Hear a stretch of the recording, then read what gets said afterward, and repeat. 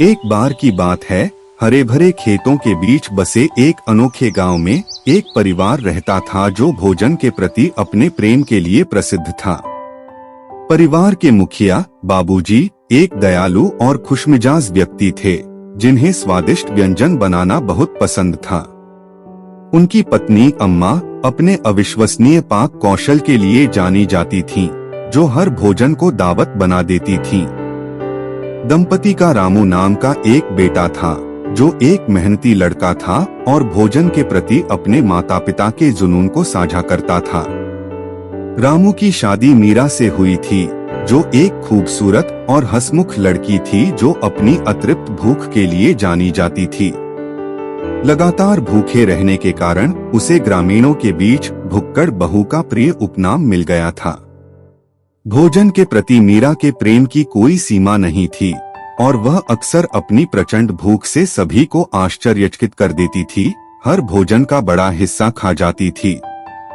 परिवार की दिनचर्या भोजन के इर्द गिर्द घूमती थी। बाबूजी सुबह होते ही उठकर अपने खेतों में फसलों की देखभाल करते थे, जबकि अम्मा नाश्ता तैयार करती थीं, जो किसी के भी स्वाद को लुभा सकता था। रामू और मीरा उत्सुकता से खाने की मेज पर उनके साथ शामिल होते थे और स्वादिष्ट भोजन के हर टुकड़े का आनंद लेते थे। एक दिन एक प्रसिद्ध शेफ गुप्ता एक खाना पकाने की प्रतियोगिता की मेजबानी करने के लिए गांव आए। यह खबर जंगल की आग की तरह फैल गई और हर कोई अपनी पाक कला का प्रदर्शन करने के लिए उत्सुक था। बाबूजी, अम्मा, रामू और मीरा रोमांचित हुए और उन्होंने एक परिवार के रूप में भाग लेने का फैसला किया। प्रतियोगिता का दिन आ गया और गांव का चौराहा उत्साह से भरा हुआ था। पाक कला का प्रदर्शन देखने के लिए चारों ओर से परिवार एकत्र हुए थे। प्रतियोगिता में एपेटाइजर तैयार करने से लेकर जटिल मिठाइयाँ तैयार करने तक विभिन्न खाना पकाने के कौशल का परीक्षण करने के लिए कई दौर थे।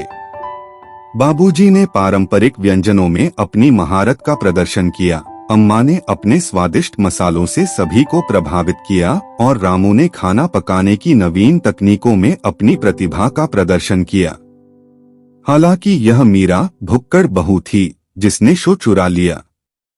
एपेटाइजर राउंड के लिए मीरा ने चाट की एक रंगीन और सुगंधित थाली सजाई, जिससे जज उसके स्वादों के कुशल मिश्रण से आश्चर्यचकित रह गए।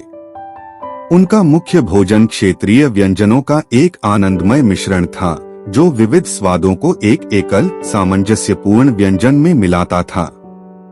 जहां तक मिठाई की बात है, मीरा की रचना स्थानीय मिठाइयों का एक स्वादिष्ट मिश्रण थी, जिसे एक कलात्मक प्रस्तुति में फिर से तैयार किया गया था।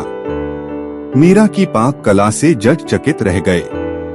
भोजन के प्रति उनका प्रेम उनके द्वारा बनाए गए प्रत्येक व्यंजन में स्पष्ट दिखता था।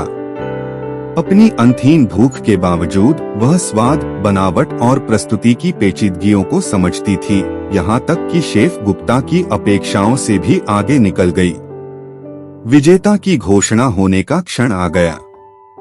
जैसे ही न्यायाधीश केंद्र में आए, गांव प्रत्याशा से गूंज उठा। बहुत विचार विमर्श के बाद शेफ गुप्ता ने घोषणा की, इस खाना पकाने की प्रतियोगिता के विजेता कोई और नहीं बल्कि बाबूजी, अम्मा, रामू का प्रतिभाशाली परिवार और असाधारण भुक्कड़ बहू मीरा हैं। पूरा गांव खुशी से झूम उठा।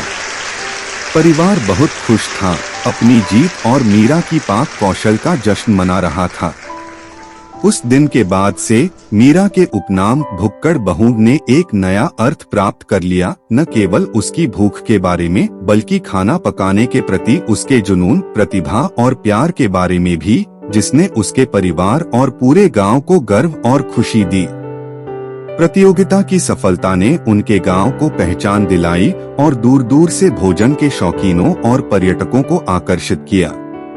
बाबूजी के परिवार ने एक छोटा सा भोजनालय खोला, जहां वे अपने पुरस्कार विजेता व्यंजन परोसते थे, अपने प्यार भरे भोजन के माध्यम से खुशियां फैलाते थे।